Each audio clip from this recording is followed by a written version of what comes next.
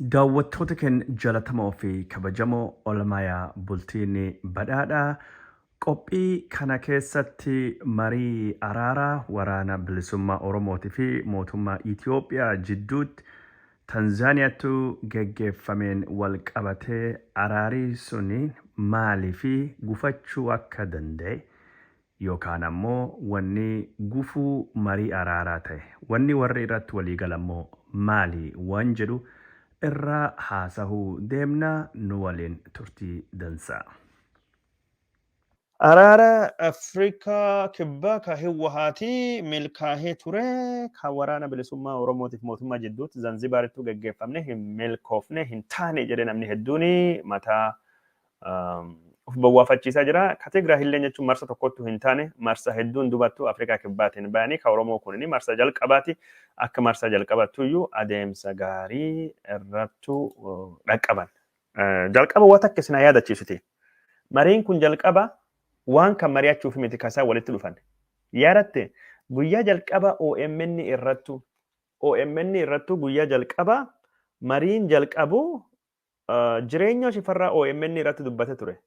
Wanni deemaa fi jirru process design fi deemaa jirra. Jechuun haala marii kana mijeessuu fi saniif deemaa jirra malee waan biraati miti jedhee akkasitti dubbate ture. Mariin geggeeffamu sunin process design jedhee dubbate.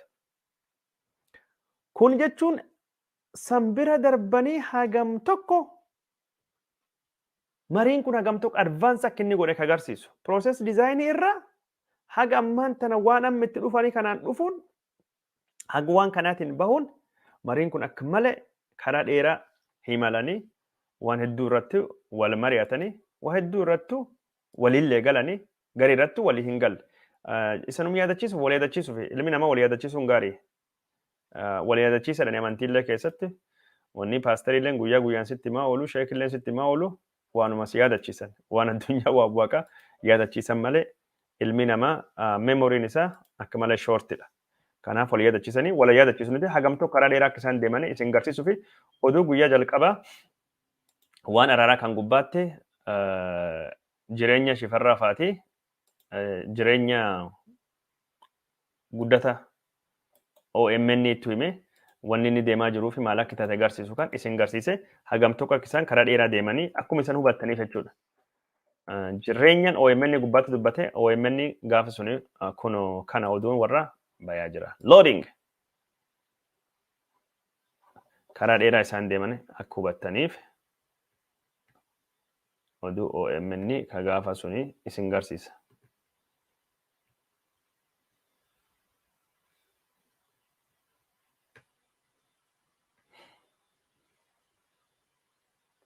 Okay. Qophaa'ee jira. Laala. Guyyaan isaa 24 irra jalqabee araarii kun 23tti dubbatame. Ministeerri muummee Abiy Ahmedii mootummaa qaama shanee jedhee waamu waliin Tanzaaniyaatti marii eegaluu fi kan jiru ta'uu dubbatanii. Dubbii ministeera muummee kan ilaalchisuun ibsa kan baase ABO Wobooni mariin eegalamuu fi jedhamee qabatama ta'uu mirkaneesseera. ABO Wobooni ibsa sa'a muraasa dura baasanii akkasumas gorsa ajajaa olaanaa waraana bilisummaa Oromoo obbo Jireenya Guddataa yaada OMN'if kennaniini marii fi adeemsi eegalamee jiraachuun mirkaneessan jedha. Argaa jirtanii? Mirkaneessan. Ministeerri muummee Abiy Ahmedii waraanni Tigraay akka dhaabbatuu fi qaamolee tumsanii fi beekamtii kennuu fi waltajjii magaalaa Finfinneetti qophaa'e irratti dubbataniini guyyaa tokko booda qaama shanee jedhaniin waliin Tanzaaniyaatti mariin kan eegalamu ta'uu ibsanii. Waraanni bilisummaa Oromoo dhimmichi ilaalchisuun ibsa baasanii mariin kunin mootummaan gaafii bakka qaamni sadaffaa walabaa tahee jirutti iftoominaanii mari'achuu fi haala duree kaawwannee simachuu hordofee kan karoorfamedha jedha. Murtoo kan irra gahamuun adeemsi Oromiyaatti nagaa waaraa buusuu fi deemamuu fi tarkaanfii murteessaa ta'us ibse. Haa ta'u malee jecha shanee jedhutti fufiinsa waraana bilisummaa Oromoo ibsuun fudhatama kan hin qabnee fi dhimma sirrachuu qabu ta'uu hubachiiseera. OMN waliin bilbilaanii turtii kan taasisanii gorsa ajajaa waraana olaanaa waraana bilisummaa Oromoo obbo Jireenya Guddataa mariin kunin guyyaa roobii dhufu kan eegalamu ta'uu himanii. Haa ta'u malee mariin amma gaggeeffamu marii ijoo osoo hin taane laala. This is the point. marii ijoo osoo hin taane akkamiin haa mari'annu waan jedhu irratti haala mijeessu process design irratti akka waan marii isa ijoo ibsuun waan ariifatame fakkaataa jedhu. Argitanii? Haa ta'u malee mariin amma geggeeffamu marii ijoo osoo hin taane marii dhimma ijoo osoo hin taane akkamiin haa mari'annu wanni isaan wal dhufaniif haala marii ijootii fi mijeessuuf ture. Marii irrattu dhimma ijoo irratti mari'atamu mijeessuu fi sirreessuu fi adeemsa sun qulqulleessu process design irratti kan fulleeffatudha. Marii guyyaa tokko booda eegalamu kana akka waan marii isa ijootti ibsuun waan ariifatame fakkaataa jiru. Argitanii?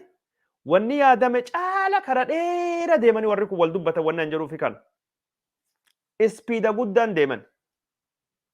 Waan yaadame caala ispiida dheeraan deemanii marii guyyaa tokko booda Tanzaaniyaatti taa'amu irratti eenyummaa fi gahee qaama sadaffaa marii taasifamu bifa kamiin geggeeffamu akka qabu nageenya hirmaattotaa fi eenyutti wabii tahaa kan jedhuu fi dhimmoota wal fakkaatan irratti murtoorra ni gahamaa jedhama. Laala waan isaan eenyummaa fi gahee qaama sadaffaa mariin taasifamu bifa kamiin geggeeffamu akka qabu bifa kamiin mariin bifa kamiin akka geggeeffamu qabu nageenya hirmaattotaatii fi eenyuttu wabii tahaa kan jedhuu fi dhimmoota wal fakkaatan irratti murtoorra ni gahamaa jedhama. Argitanii akka isaan fagaatanii deemanii isaan kan bira darbanii substantive issue jedhaman cufa walaasanii kanaaf mariin marsa tokkoffaa haga barbaadame caala yaadame inumaayyuu marsa lammaffaa sila waan ta'u cufaayyuu dursanii hojii mana sun hojjetan. Barattoota ciccimoo jechuun barattoota ciccimoo hojii assignmentii kennameef bira darbanii kabira hojjetanii sun ammoo irratti xiqqoo gufuu warri qunname ni milkaa'aa jennee yaannaa jechuudha. Ni milkaa'aa jennee abdannaa jechuudha. Isinii galee marii kan mootummaan Norway fi mootummaan Keeniyaa akka qaama sadaffaatti kan hirmaatan ta'uu beekameera. Biyyoonni gamtaa Awurooppaa fi Ameerikaas hirmaachuuf fedhii mul'isaniiru jedhu. Biyyoonni akka qaama sadaffaatti maricha irratti hirmaatan isaan nagaa naannicha keessatti qooda qaban waliigalteen gahamuu raawwachiisuu fi humna itti qaban akka ta'aniifis marii roobii eegalamu kan irratti waliigalteerra ni gahamaa jennee eegnaa jedhu. Waraanni bilisummaa Oromoo mariin nagaa akka bu'uuf fedhii guddaa qabaachuu ibsuun uummannis adeemsa deemamu qaama dhimmi ilaalu irraa akka hordofuuf dhaaman. Kana malees mootummaan gam tokko nagaa fi marii lallabaa gama biroon ammoo waraan of qopheessu mul'ata kan jedhan obbo Jireenya waraanni keenyas tahee uummanni haala deemuu irratti dammaquu barbaachisaa jedhu. Mariin eegalamuuf jiraachuun jalqabbii gaarii ta'uus galma akka hin taane ibsuun itti bahaa isaa obsaan eeguu akka barbaachisu dhaamanidha. Argitanii jirtan waan bareeda. Mariin guyyaa tokko Tanzaaniyaa ta'uu irratti wanni maal process designidha. Dhimma ijoo walaasaa ofi miti. Isaan kana durattu deemanii waa hedduu bilcheessanii waa hedduu dubbatanii waa hedduu irratti walii galan. Kun waan jajjabeeffamuu jechuudha. Kun waan jajjabeeffamuu jechuudha. Waan akka malee bareedatidha. Duuba marii Tanzaaniyaa gubbaatti mariin Tanzaaniyaa akka malee deeme. Akkuma agartan marii Tanzaaniyaa gubbaatti dhufanii tokkoffaa achi wal arganii waan protookoolii marii suni qopheessanii qaamii sadaffaan beekame sirriitti ajandaan waraana bilisummaa Oromoo beekame ajandaan mootummaa beekame ajandaan jaarsi araara waan qabatee fidu hunda beekame jidduutti walitti dhufuuf carraaqamee ture ajandaan lachuu qaamee lachuu yaada adda addaa gargari faffagaatu qabatee waan dhufeef akka barbaadamu walitti fiduu hin dandeenye malee progreesii warri godhe mariin bifa kamiin gaggeeffama ka jedhu bifa mariin ittiin gaggeeffamuu qabu tumatanii ajanda marii filatanii seera baafatanii kakkan cufaayyuu godhanii walii galanii substantive waan ta'e gubbaatti yookaan ammoo dhimma ijoo marii jedhame irrattu walaasa'uu jalqaban. Dhimma ijoo marii ka walaasawan keessattu dhimma ijoo marii ka walaasan keessatti waan hedduu irra dhaqqaban. Fakkeenyaa fi wanni isaan irra wal dhaqqaban tokkoffaa kan isaan irratti walii galan hin goolabamne malee dhimmi hidhamtoota siyaasaa mata duree marii keessa ture kanallee irratti sula walii galanii hidhamtoonni siyaasaa gadhiifamuu namni bira maqaa waraana bilisummaa Oromootiin hin qabamu, hin hidhamu, hin hiraaramu, maali waan jedhamu. Booji'amtoota waraana wal harka jijjiiru waraani bilisummaa Oromoollee warra to'ate warra qabu cufaa gadhiisu harki mootummaa jirullee gadhiisu kan irratti walii galanii jiran. Kun waan xiqqaa miti. Kun waan xiqqaa miti. Kana qofa otoo hin taane haala biyya san keessatti demokraataa waan bifa ta'een filannoo fi waan adda addaa hirmaachuu danda'an gubbaattu hunda walaasawanii turan. Sila odoo walii galame Wallaggaa keessatti waan deemaa jiru kan dhaabuu qofa osoo hin taane haala tajaajilli mootummaa Wallaggaa ittiin dhaqqabuu danda'u gargaarsi namoomaa ittiin dhaqqabuu danda'u bakka waraanii jirutti banaa ta'an dhaabbileen gargaarsaa kan akka qaxxaamura diimaa kan akka baatii diimaa dhaabbileen gargaarsa fayyaa qaamii mootummaa fi mootummaa hin taane cuftu deemee hojjechuu danda'u tajaajilli mootummaa hundinuu akka inni banamu san hunda sila irratti akka yaadatti akka bu'uuratti walii galamee jira. Kun cuftinuu waan gaariidha. Kun cuftinuu waan gaariidha. Waa hedduu irratti wal dhagaanii walitti dhufanii haasawaa turan. Argitanii? Kun waan jajjabeeffamuu qabu waan gaarii jechuudha. Garuu maaltu rakkoo ta'e? Maaltu rakkoo ta'e? Wanni rakkoo ta'u araarii marii kun yoo geggeeffamu waraanii bilisummaa Oromoolleen jechuun lachuu sabistaantiif ishuu irratti wal haasa'uuf hin dhufne akkuma dubbadhe mootummaallee hin dhufne garuu ajandaa jalqabaa fixanii pirooses diizaayinii baanaan fixanii gara mariitti yoo deebi'anii waraanii bilisummaa Oromoolleen gaafin inni qabate dhufe gaafii mootummaalleen qabate dhufe hedduu xixiqqoo katattaa ta'e irratti walii galanii gardhuma gubbaattu ammoo gara gaafii ciccimtuu mari'achuu darban. Gaafii mari'achuu darbanii gurguddoodhaman kan irratti ammoo mootummaaf waraanii bilisummaa Oromoo gari irratti walii galee gari irratti gufate. Maali wanni gufuu ta'e? Tokkoffaa waraanii bilisummaa Oromoo gaafii siyaasaa bal'aa qaba. Gaafii siyaasaa kan cufayyuu qabate dhufee gaafachuu fi gaafii isaan gaafatan kana gaafii cufayyuu deebiin kenname mootummaa irraa deebii gosa tokkotu kenname. Deebiin mootummaan kenne deebii gosa tokkotedha. Deebiin ambasaaddar Radwaan Faatii kennan deebii akka tokkotedha. Waan warri gaafate hunda mootummaan waan warri gaafate hunda maal jedha? Heera Itoophiyaa fireemworkii heeratiin deemna. Fireemworkii heeratiin deemna. Heera kan jedhutu jira. Mootummaan waa'ee gaafii gosa tokko gaafatee ture jechuun gaafii proosiijaraalillee gaafii sirriillee hin taanillee gaafii poolitikalii sirrii hin taane gaafatee jira. Fakkeenyaa fi hariiroo waraana bilisummaa Oromootii fi woboo jidduu lamaanii woboon haala inni ittiin jijjiiru keessattuu qaama siyaasaa qaba. Qaamni siyaasaa kun woboo wajjin hagam tokko walitti dhiyeenyi qaqqaba waan gosa kana gaafatame jira. Wanni sun jechuun hagas guddoo hin deemne garuu akka gufuuttu dhiyaate walamanamummaa waan xiqqeessu ta'e. Garuu wanni waraanni bilisummaa Oromoo dhiyeesse keessa tokkoni maqaan waraana bilisummaa Oromootti maxxanfame shororkeessa maali ka jedhu kun akka inni koo barbaadama ture. Maqaa kanallee shororkaa ka jedhu kan kaasuu fi sunilleen adeemsanii akkuma warra Hiwwahaati paarlaamaa keessatti dhufanii waliigalamuuf ture silaa oduu adeemsee kun mirkanaa'e. Wanni guddaan mootummaan qabate dhufe tokkin DDR'dha. Ka waraana bilisummaa Oromootii fi mootummaa jidduutti gufuu ta'e. DDR jechuun disarmament, deployment, and reintegration yoo wallalle bakka sadeen kan maqaa bu'a. DDR waan sadeen sun maqaa bu'a. Tokkin waraanii bilisummaa Oromoo qawwee hiikkachuu qaba guutumaa guututtu. DDR'n kan mootummaan jedhu qawwee hiikkachuu qaba. Disarmament, demobilization, dhiifama. Deployment miti, demobilization. Deploymentiin bobbaasuudha. Demobilization ammoo faallaa isaati. Tokko waraanii bilisummaa Oromoo guutumaa guututti qawwee hiikkachuu qaba. Disarmament. Demobilization. dirree waraanaa cufaa bakki jirurraa gadhiisee bahuu qabaa jechuudha. Gadhiisee dirree waraanaa irraa eegi bahee qawwee hiikkatee meeshaa waraanaa gurguddaa fi xixiqqaa jiddu galeessa meeshaa wanta cufaayyuu kennuu qaba. Waraanni bilisummaa Oromoo kun yoo barbaade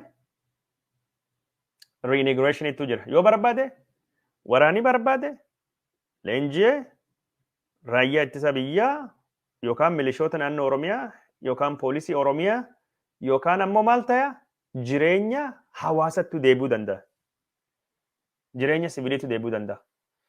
Nu raayyaa jenna jireenya siviilii raayyaan ammoo waan biraati. Jireenya uummatatti deebi'uu danda'a. Raayyaatti deebi'uu danda'a. Uummatattu jireenya siviiliyaanitti deebi'uu danda'a. Regular life. Kanattu dheessaf. Kan ammoo maallaqattu jira. Maallaqii dhiyaate. Maallaqii baankiin addunyaa gargaaru mootummaan Itoophiyaa biliyoona 29 reintegration fi qopheessee jira. Sunittu jira waan akkasii kan dhiyeesseefi jira. Garuu waraanni bilisummaa Oromoo lakki nu jiila qabna maaga qabna akkamiin isin amanna isin amannu. Kanaan dura waan akkasii gootanii isin amanuu dadhabne ammallee akkamiin isin amannaa ka jedhutu ture. Wal amanuu dhabuutu jira. Kun ammoo baay'ee waliin haasa'uu dhabuu irraa kan ka'e, baay'ee wal beekuu dhabuu irraa kan ka'e, muuxannoo kanaan dura qaban. Muuxannoon sun mataa warraa keessatti waa nama uumti. Itti aanan jaalmarroo diinaraas falcuftuun ijjeefame.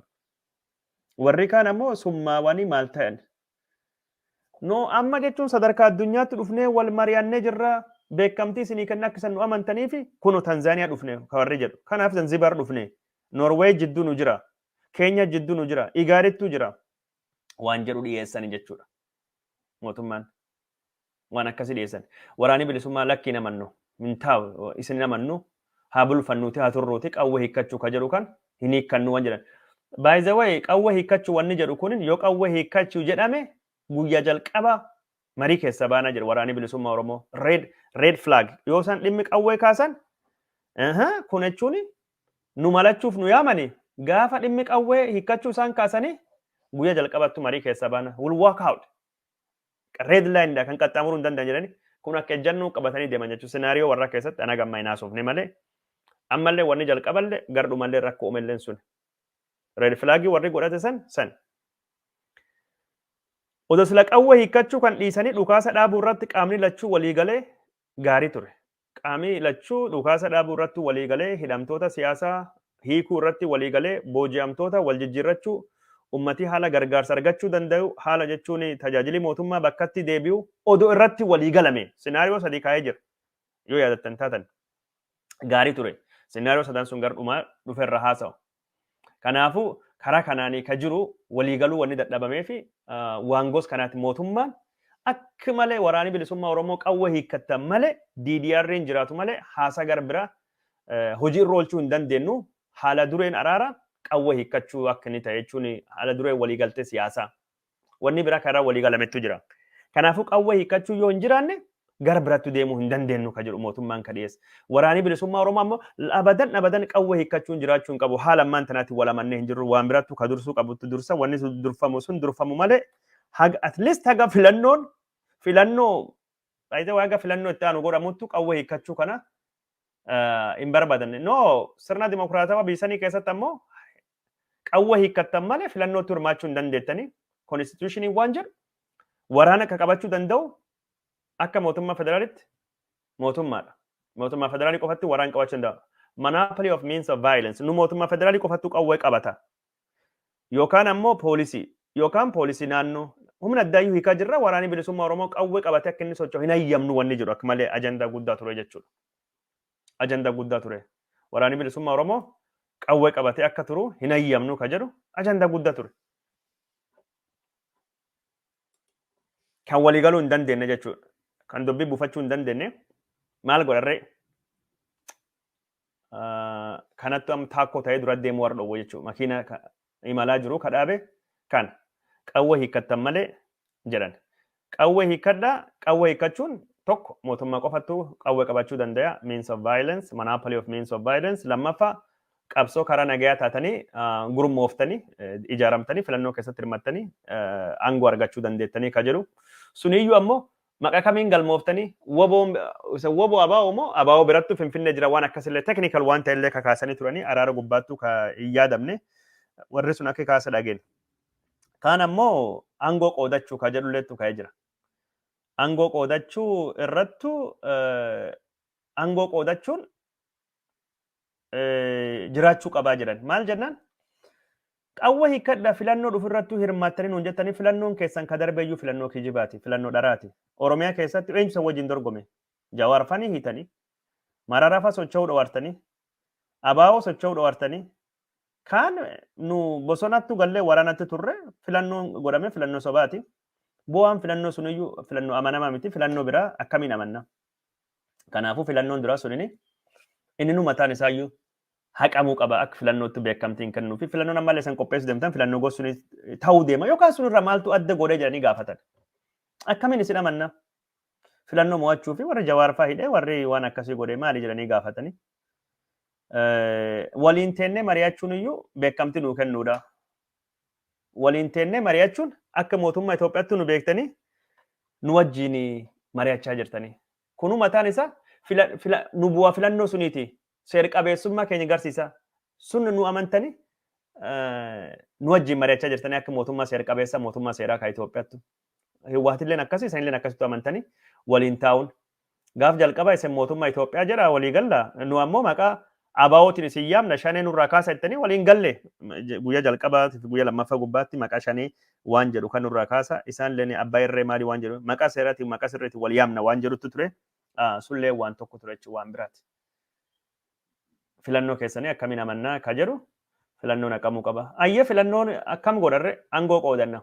Aangoo akkamiin sadarkaa Oromiyaatti qoodanna. Sadarkaa federaalii yoo taate sadarkaa federaalitti okkee Amaarii haa dhufuuti warri biraallee haa dhufuuti jennee warri biraa keessa galchina warri marii gubbaa waan hin jirree fi ka federaalii dhiisna. Sadarkaa Oromiyaatti aangoo haa qoodannuti. Waraanni bilisummaa Oromoo jechuun marii kanaaf wanni kun bu'aa buusa moo hin buusu wanni kun ismaartii moo ismaartii miti wanni jedhu falmii biraatidha. Garuu gaafii warri kaase kun sirriidha akka sirriittu. Achittuu kaasuu qaban moo achi kaasuu hin qabanii waan biraatidha. Filannoon Oromiyaa keessatti san geggeessan filannoo kijibaatidha. Filannoof jecha Jawaarifaa hiitani. Filannoof jecha Abaawofaa seerawwanni gootanii hokkara Oromiyaa keessattuu kaastanii Oromiyaa dirree waraanaa gootanii kun cuftuu haqa sirriidha jechuudha sila. Ammoo marii kan gubbaatti yaadii akkasii mirga bitaa gargarii faffaca'ee kun akka mariin dhuftu ni godhamoo hin godhu waan biraa ture. Okay, suniin gaafii tokko ka gaafatame jechuudha. At least Oromiyaatti aangoo qoodanne jechuullee baate bakka warri effective control somehow haga tokkotti to'annoo lafirraa qabanii de facto control qaban naannoo dhiha Oromiyaa fa'aa yookaan kibbaa akka isaan bulchanii godhamuullee sila hin danda'amaa ture. Sanillee irratti dubbachuu fi mootummaan hagas cufa wanni godhuu hin qabu ture. Maal jennaan filannootu gaggeeffame filannoon naannoo gariitti hin gaggeeffamne Radwaaniif abbaan alangaa harki guddaa ka dubbatee marii kanaannessaa ture Radwaanii filannoo waan jedhu bakka hundattuu filannoo malee aangoon hin jiru filannoo malee aangoon hin jiru filannoo malee aangoon hin jiru filannoo malee aangoon hin jiru filannoo malee aangoon hin jiru irra deebi'ee sararumsaan dubbata Radwaan filannoo malee aangoon hin jiru aangoon filannoo keessa dhufti kootta jechuun korojoo filannoo keessatti uummatii gargar nama baasti yoo agas cufa uummatii nu jaalata uummataaf qabsoofnetti ni mo'attanii ma sodaatanii lakki isanittuu filannoo dhugaa geessaa isa wanni keessan cuftuun fakkeessadha diraamadha waan jedhu. Kaan ammoo heera fireemworkii heera qawwee hiikkadha qawwee akkasii maalii ka jedhu qawwee hiikkattanii ka jedhu sun waraanni bilisummaa Oromoo kijiil qabna ka jedhu ture san.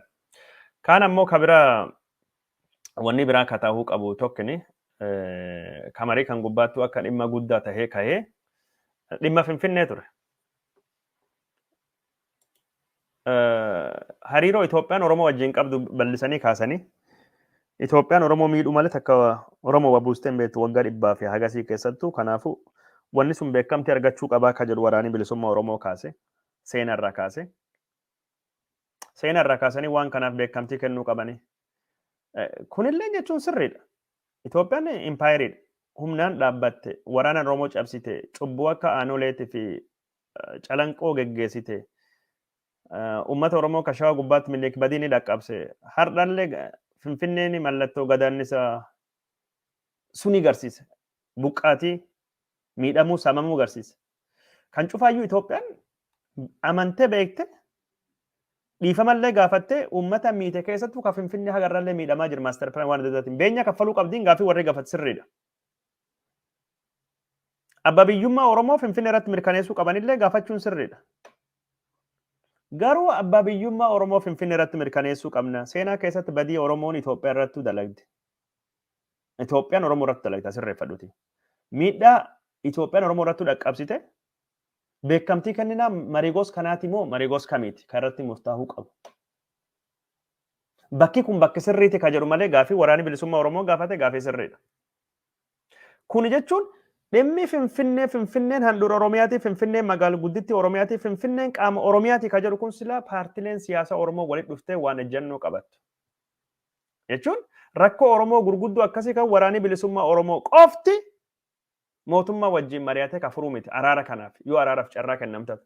Sila waraanni bilisummaa Oromoolleen araarame mootummaa wajjin akka ta'etti walii galee wannoo xixiqqoo gubbaa irratti dhimma Finfinnee irrattu dhimma seenaa irrattu dhimma heeraa waan adda addaa gubbaatti kafaa walii galee Daawud Ibsaa fa'aa walii galee dhaabbilee Oromoo cufaanuu walii galee even biltsiginnaayyuu wajjin taa'ee man cufatee mari'achuu qaban dhaabbileen Oromoo biltsiginnaayyuu wajjin biltsiginnaayyuu walii galanii sabaa fi sablammii yaada gosa Oromoo qabdu amansiisanii achiin dubattuu gara Itoophiyaa gaaffiduu qaban. Miti gara Itoophiyaa gaaffiduu qaban malee mirgi gos kana dhimmi gos kana dhimmi Finfinnee gubbaatti Finfinneen kan Oromiyaati Finfinnee irratti badiitti cubbuutti Oromoo aangoo gos kanaayyuu hin qaban warri araaraaf dhufan. Warri araaraaf dhufan jechuun Radwaan Hussein faati Gediyoon Ximootiyoos faati kan warri waraanaati. Abiy Ahmed akka jiruun harki guddaan namni erga warri waraana arge rakkoo waan waraana DDR gubbaatti xiyyeeffachuu warraafillee kanaaf na fakkaata. Sunittuu ture jechuudha. Kan rakkoon bibbiraa hedduutu jira. Rakkoon biraa hedduu jira. Garuu walumaa galattuu mariin kunini akka gaariin haasaamee hafuuri wal hubachuu wal danda'uutu ture. Proosiijiraalee akka isaan ittiin deemanii ana akka na fakkaatu warri lachuu haga nyaachuu danda'an caala haga liqimsuu danda'an caala ciniinan na fakkaatu. Marsa tokkottu sila waan xixiqqoo haasawanii waan kaan boriif bulfachuu qaban akka malee gammaduu irraa kan ka'e yookaan ammoo yeroo tokko waan cufa furannaa jechuu irraa kan ka'e haga liqimsuu danda'an caala ciniinanii waliin hudhamuu tokkoon nan mul'atan. Waraanni bilisummaa Oromoollee yeroo tokkotti boombii gabbuusee waan gos kana kan barbaadaa jedha. Mootummaallee yeroo tokkotti boombii gabbuusee qawwee hiikkadhaa jedha. Warrillee yeroo tokkotti mootummaan gonuu qooda jedha. Waan xixiqqoo jaljalattu sila haasa'uu qaban pirooses diizaayiniin dubattu isteejii sadii ta'uu qaba jechuun amma akkanatti fakkaate tokkumaan pirooses diizaayinii irraa gara jechuun sabistaantiif ishuutti wal mari'achuu deeman. Yeroo kan maali qaamii lachuu marii gubbaatti yeroo dhufan kaalleen mogga tokko dhaabbata kaalleen qarqar tokko dhaabbata kaalleen gaafisa gurguddoo jedhu gaafii gaafata kaalleen gaafii gurguddoo jedhu gaafata jidduu walitti dhufuun baay'ee rakkisaadha. Silaa adeemsanii walitti dhufan jechuun waraanni bilisummaa Oromoolleen fedhiinsa man Oromiyaa akkas akkasii fedha maali akkas akkasii fedha gaafii guddoo gaafate. Mootummaan Itoophiyaallee fedhiinsa man namalee mootummaan biraa hin jiru namalee namni bira qawwee hin qabatu san gaafata qawwee hiikkadha gala. Amma argitanii jirtanii dubbiin kunin dubbii marrooni Wallaggaa dubbate. Yoo gaafii Oromoo kan bu'uuraa tahee yoo maali akkas ta'e Oromoon nagaa hin jibbu nagaa jaalata nagaan akkasii maali jedha. Gaafii Oromoo kan bu'uuraa yoo mariin deebise araar hin jibbinuu jedha. Gaafii bu'uuraa kan Oromoo hiree ofii murteeffachuu gaafii Finfinnee gaafii maali jedhee marroon dubbate. Of course gaafiin kun gaafii Oromooti. Gaafii Oromooti san gaafate. Mootummaan maal ammoo qawwee hiikkadha akka warra Tigraay sun akkas ta'e akka jedhu gaafate. Lachuu akka malee gargari fagaatan jechuudha. Walitti hin dhiyaanne jechuudha. Adeemsa kan keessatti yaada mirga bitaa gargaree dhiifamee faffaca'ee kana walitti fiduun yeroo fudhate kanattu mariin kun akka kollaapsi godhina fakkaata. Akka kiyyattu. Lachuu fagoorra jiran. Ammallee marii kan yeroo fudhatanii lachuu yaada ekstiriimii ta'e yaada baay'ee gargari faffagaatu fiixee ta'e yaada handaara ta'e kan walitti fidan keessattu siinaariyoota gosa haalota gosa uumanii yoo tokkoffaan hin taane tokkoffaa yoo hin taane lammaffaa gubbaatti maal barbaadan. Jalqaba marii feegii dhuftu waan akka malee guddaa tokko gaafattaa yoo kan dhabe ka lammaffaatti kufa yoo kan dhabe ka sadaffaatti kufa jedhanii fall back plan jedhaman jechuun akka faranjii mariin hin kufneefi. Tokko aangoo qoodan. Aangoo qoodachuu yoo hin taane maali? Lafnu qabannee to'annee jiru nuu kenna bulchina. Tokkoffaa aangoo qoodan. Yoo sun hin taane bakka nu qaban nu bulcha. Sadaffaa yoo sun hin taane dhukaasa dhaabna walii galla. Dhukaasa dhaabuun maal? Mootummaafillee boqonnaa, waraanaafillee boqonnaa, uummataaf ammoo injifannoo guddaa dhukaasi dhaabatennaan. Tikfachuutti deebi'a, bobbaafachuutti deebi'a, qotachuutti deebi'a, daldalachuutti deebi'a, barachuutti deebi'a, hojiitti deebi'a, tajaajila mootummaatti banamaa, wanni hedduun uummataaf salphata. Dhukaasa dhaabuun injifannoo guddaadha uummataaf. Hagasittu maal ammoo mootummaallee waraana ammeessuu hin qabu, nullee waraana ammeessinu waan nagaa dubbanna, olola miidiyaa gubbaatti deemu dhaabne wal amanuuf yeroo bitannaa otoo jedhame waan akka malee gaarii ture. Dhukaasa dhaabnaa, wal amannaa, wal amanuu keessattuu ammoo maal goona? Ololaa walirraa banne, hidhamtoota siyaasaa hiikne, waraana booji'amtoota wal jijjiirre odoo jedhamee barreeffame. Akka malee gaarii ture. Garuu lachuu fedhii guddaa waan qabaniifi waan liqimsuu danda'an caala ciniinanii odoo alalfatanii yeroon gubatte jechuun sunittu warra hudheenaaf fakkaata dura deemaa jiranii.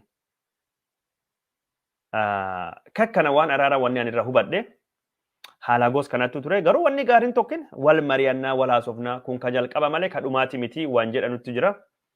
Ka jalqabaati malee ka dhumaati miti deebi'anii wal haasawan jedhee yaada. Sun ammoo jajjabeessuu qabna. Wata akka ammoo wanni biraa gabaasa Addis Standard illee barreesse alleen kale dubbadhee jira.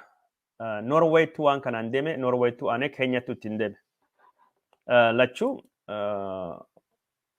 biyya araaraa fi fedhii guddoo qabanii garuu humna guddoo hin qabne.